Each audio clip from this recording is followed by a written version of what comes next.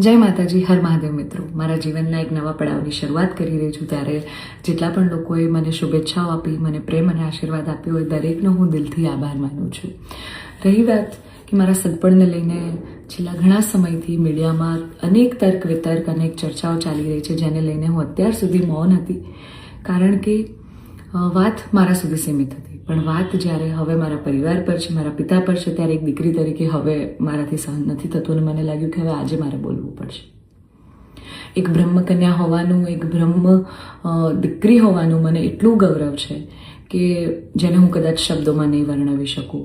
અને હું અહીંયા સુધી પહોંચી છું એના માટે શિક્ષિત અને સમજણી જે બ્રહ્મશક્તિઓ છે, બ્રહ્મ સમાજના લોકો છે, એમનો ખૂબ ખૂબ ફાળો રહ્યો છે મારી આ જર્નીમાં. અને હું તો નસીબદાર છું કે મને 18 વર્ણના લોકોનો પ્રેમ અને સપોર્ટ મળ્યો છે અહીંયા સુધી પહોંચવામાં. મારો પરિવાર તો છે જ, મારી ઢાલની જેમ મારા પિતા છે મને સપોર્ટ કરવામાં, પણ આપ સૌનો પણ ખૂબ ફાળો છે. પરંતુ કહેવાતા સભ્ય અને મોડર્ન સમાજમાં જ્યારે અમુક 2-4 અસામાજિક તત્વો છે જે લોકો અત્યારે પણ દીકરીઓ માટેના રૂલ્સ અને રેગ્યુલેશન નક્કી કરશે કે દીકરીઓનું લિમિટ ક્યાં સુધી હોવી જોઈએ, દીકરીઓને ફ્લાય કરવા માટે પાંખો મળી છે, એને વીંજવાની અને એને કાપવાની વાતો છે. આ બધી દીકરીઓ અત્યારે તેજસ જેવી પ્લેનો ઉડાઈ રહી છે, યુદ્ધ કરી રહી છે, રણ મેદાનમાં છે, સંસદમાં છે, વિજ્ઞાન અને ટેકનોલોજીમાં છે. હમણાં ઓપરેશન સિંદૂર જે થયું એમાં 2 દીકરીઓએ લીડ લઈને આપણને પૂરા દેશને ગૌરવ અપાવ્યો હતો. ત્યારે શું 2-4 આવા અસામાજિક તત્વો નક્કી કરશે કે એક દીકરીનો લાઈફ પાર્ટનર ચૂઝ કરવાનો શું એને હક નથી? હું બહુ નસીબદાર છું કે મને એવો પરિવારને, એવા પિતા મળ્યા છે જે મારી ખુશીમાં ખુશ થાય છે અને મારા નિર્ણયને જે મેં હરખે વધાવી લીધો છે. કારણ કે ઓફકોર્સ હું એક એવા પરિવારમાં જઈ રહી છું કે જે આખો ભક્તિમય પરિવાર છે. બહુ જ પરિવારના લોકો અને મારો પાર્ટનર મને એટલો પ્રેમ કરે છે કે જેમને હું જે છું, જેવી છું, જે પણ છું, મને ખૂબ આદરથી, સત્કારથી એ લોકોએ સ્વીકારી છે. રાત દિવસ જ્યાં ગાયત્રી મંત્ર, નવકાર મંત્રના જાપ થાય છે, આવા પરિવારમાં હું જઈ રહી છું. મને ખૂબ જ ગૌરવ છે. એટલે હું તમામ બ્રહ્મશક્તિઓ, સમજણી અને શિક્ષિત જે લોકો છે, બાકીના લોકોના મગજમાં નહીં ઉતરે કદાચ આ વાત, પણ જે લોકો શિક્ષિત છે, સમજુ છે, એ લોકોને હું નમ્ર વિનંતી કરું છું કે આવા 2-4 જે અસામાજિક તત્વો છે ને, કે જે દીકરીઓની પાંખોને કાપવાની વાતો કરી રહ્યા છે, પ્લીઝ એને સમાજમાંથી દૂર કરો, નકર આપણો સમાજ ક્યાંયનો નહીં રહે. તમે દીકરીઓનું સારું જ કરવા માંગતા હોય ને તો દીકરીઓના શિક્ષણ માટે વાત કરો.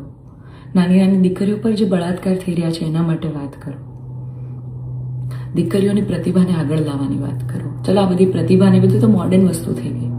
હજી જૂના 18મી 17મી સદીના કુરિવાજો આપણા સમાજમાં ચાલ્યા આવે છે. હજી કેટલા બાળ લગ્ન થાય છે આપણને બધાને ખબર છે. સાટા પ્રથા ચાલુ છે જેની પીડિત હું પણ છું, તમને બધાને ખબર છે.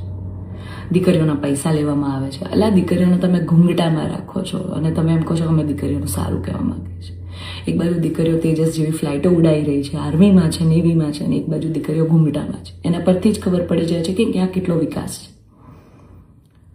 હું દરેક બ્રહ્મ શક્તિઓને, બ્રહ્મ આગેવાનોને નિવેદન કરું છું, આજીજી કરું છું કે આવા અસામાજિક તત્વોને સમાજમાંથી હટાવો. જેટલા પણ લોકો હવે મારા પરિવાર વિરુદ્ધ કંઈ પણ પોસ્ટિંગ કરશે, કમેન્ટ કરશે, એમના વિરુદ્ધ હું કાયદેસરના પગલાં લઈશ. કારણ કે એક દીકરી તરીકે, બ્રહ્મકન્યા તરીકે, જ્ઞાતિના નીતિ નિયમો પ્રમાણે જ્યારે હું ચાલતી હતી ત્યારે નાતના જ કોઈક લોકોએ મારા પરિવાર પર ચીટ કર્યું, અમને અંધારામાં રાખ્યા. એક દીકરી એક સગપણમાં હોય અને તો પણ બીજી સમાજમાં ક્યાંક લગ્ન કરી લે, તમને 2-2 વર્ષ સુધી છુપાવે, તમને ક્યાંય નહીં. તો જ્યારે આ આફત આવી ત્યારે મેં નક્કી કર્યું કે ભાઈ હું આ રિલેશનમાં નહીં રહું. મેં મારા પરિવાર માટે સ્ટેન્ડ લીધું. અને કોઈ છોકરાને શું, જ્યારે પરિવાર માટે અને મારા પિતા પર જ્યારે વાત આવશે ને ત્યારે હું ભગવાનને પણ છોડવાની તાકાત ધરાવું છું. એ દીકરી છું હું, બરાબર છે? એટલે આપ સૌને નમ્ર વિનંતી છે કે જેમ દેશની દરેક દીકરીઓ પોતાના જીવનની શરૂઆત કરે છે, એમ મેં પણ એક શરૂઆત કરી છે. આને પહેલાં તો કોઈ વિશેષ મોટો મુદ્દો બનાવવાની જરૂર નથી. અને આવા જે અસામાજિક તત્વો છે કે આમ કરશું, નાત બાર કરશું, અરે ભાઈ, તમને 5000માં કોઈ પગાર પર નોકરી રાખવા તૈયાર નથી. તમે તમારા ઘરનું અને તમારું સંભાળો પહેલાં તો.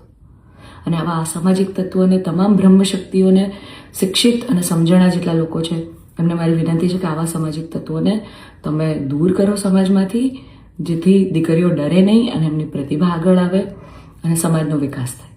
જય માતાજી, હર મહાદેવ.